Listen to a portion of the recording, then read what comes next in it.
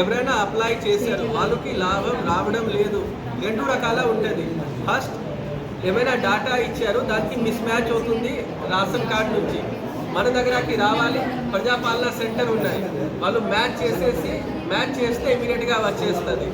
కొంతమందికి ఎలా అవుతుంది, వాళ్ళు అప్లై చేయలేదు అంటే వాళ్ళు టిక్ కొట్టలేదు తర్వాత మన రాష్ట్ర ప్రభుత్వ దృష్టికి తీసుకువచ్చాము.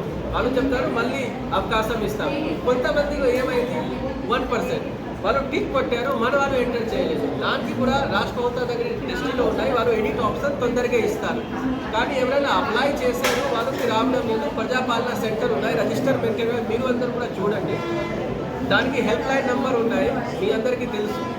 ఎప్పుడైనా అట్లా ప్రాబ్లం జరిగితే ఇక్కడ వచ్చేసి రిజిస్టర్లో నోట్ చేస్తారు, ఇమీడియట్గా సార్ట్అవుట్ చేస్తారు. సార్ట్అవుట్ కాలేని తర్వాత రిజిస్టర్లో రాసి పెడతారు, మనకి ఇన్ఫార్మ్ చేసి రాష్ట్ర ప్రభుత్వానికి ఇన్ఫార్మ్ చేస్తారు. దానికి హెల్ప్ లైన్ నెంబర్ ఉన్నాయి. I think 2 number all municipality నుంచి ఆల్ మండల్ నుంచి కూడా 2 నెంబర్ ఇచ్చాము. ఆ నెంబర్లో ఫోన్ చేయండి, లేదు అంటే నా నెంబర్లో ఫోన్ చేయండి.